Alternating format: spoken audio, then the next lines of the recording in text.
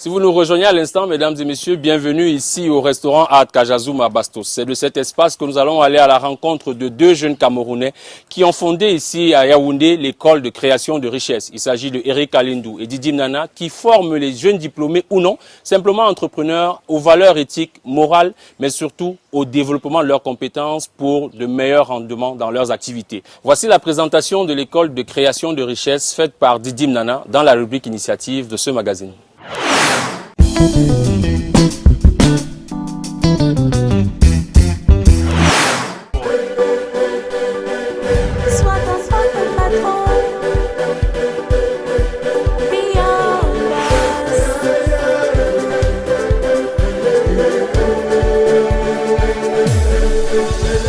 Bonjour, bienvenue à l'équipe de carrière. Moi, c'est M. Nana Didim, copromoteur de l'école de création de richesse, School of Wealth Creation. Je vous présente M. Lindou Eric, qui est copromoteur de cette école. Ils sont dans la salle des cours. Si c'est M. Oyon Lionel, il est l'administrateur de l'école de création de richesse au niveau de Yaoundé. Jeunes sans emploi refusent la fatalité. C'est un concept qui est né dans les années 2008. Nous avons observé l'évolution de la société. On s'est rendu compte qu'il y avait un réel problème au Cameroun particulièrement. On a formé les Camerounais à être les administrateurs. On a formé les Camerounais à gérer ce qui existe déjà. On n'a pas formé les Camerounais à créer. Et c'est dans cette optique que nous décidons de mettre sur pied une école qui s'appelle, comme vous le savez, l'école de création de richesse, dans le but donc de former des Camerounais à être à même de créer de la richesse, à entreprendre, à apporter ce qu'on appelle la plus-value dans la société.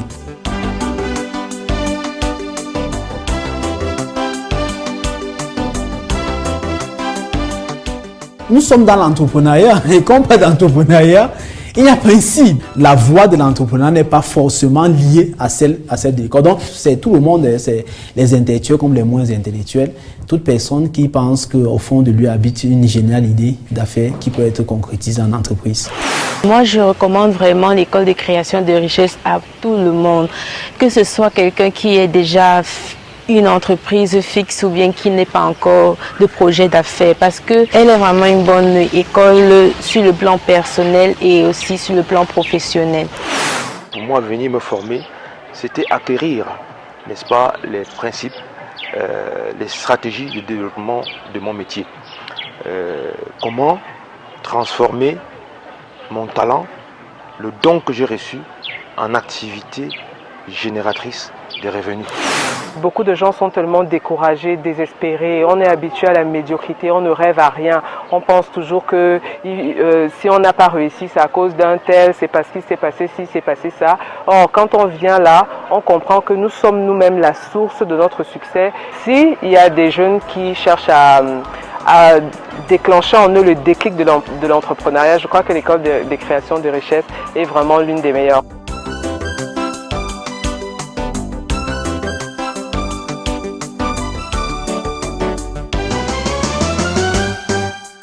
Nous ne fonctionnons pas comme l'école classique en termes de formation. Déjà, les formations sont hebdomadaires, c'est une fois la semaine, 4 heures de cours par la semaine.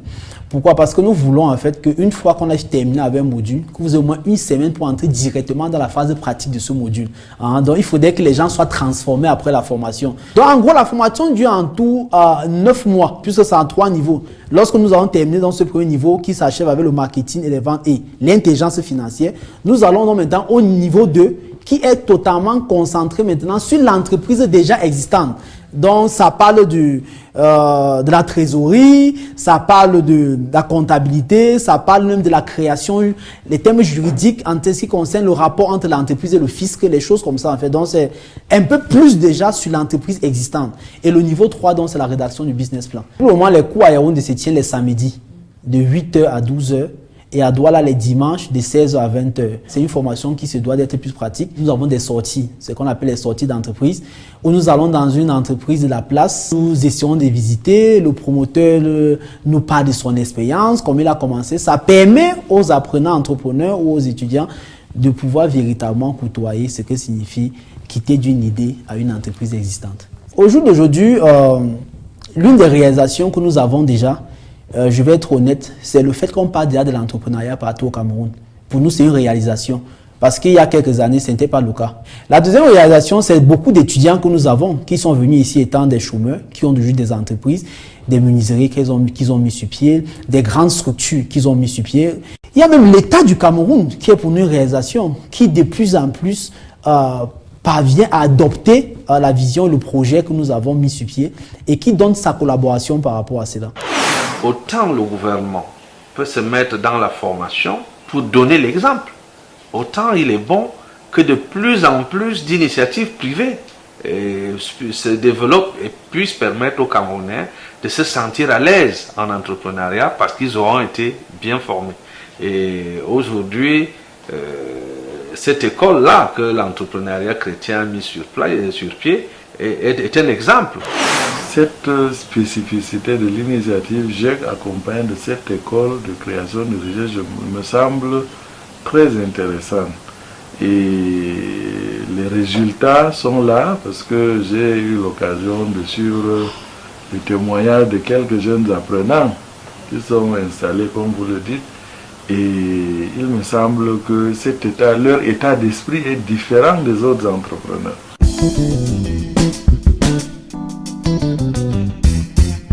La première difficulté, c'est comme je vous l'ai dit, c'était la pénétration de l'école vraiment au milieu de la jeunesse et même au milieu des familles. C'est-à-dire, un parent ne comprenait pas comment est-ce qu'un enfant peut dire « je me lance dans les affaires ». C'était un vœu d'échec scolaire.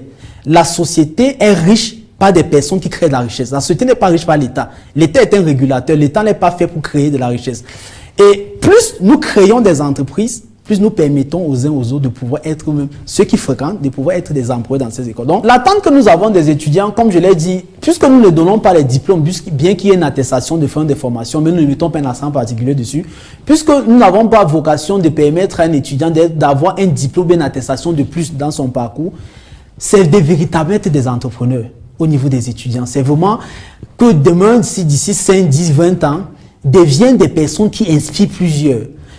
Au niveau de l'État, en fait, nous savons que l'État n'est que là pour faciliter les choses. Donc, que l'État puisse davantage promouvoir l'entrepreneuriat au sein des écoles. C'est-à-dire que l'État permette, par exemple, que des clubs se créent, par exemple, dans les lycées, dans les universités, des clubs entrepreneuriat pour encourager des personnes très tôt à pouvoir comprendre que pendant qu'ils évoluent dans le plan de l'instruction à l'école, qu'ils puissent rallier vraiment ces modules d'entrepreneuriat. Ça va permettre aux gens de pouvoir sortir à l'école étant plus équipés. Au niveau de la banque, pour le moment, je ne pense pas qu'on a une très grande pression à mettre sur la banque, sauf de dire, en fait, si elles peuvent être ouvertes aux projets que les étudiants les présentent pour solliciter les financements et les encourager à pouvoir réellement se réaliser, qui est le plus grand rêve, être des créateurs de richesses.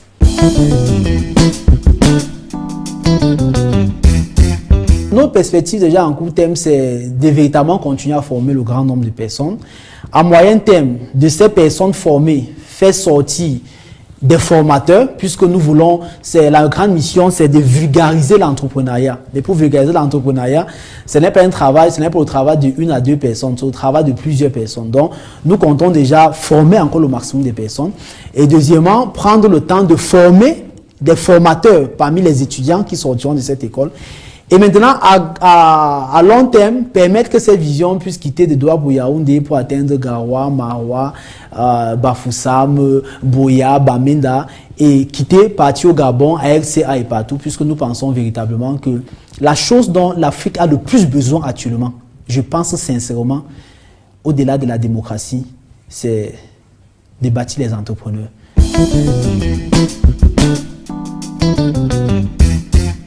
Je vais tout simplement dire à chaque jeune qu'il y a un talent en toi, il y a un don en toi, il y a un potentiel qui t'habite, il y a une richesse qui enflue en toi.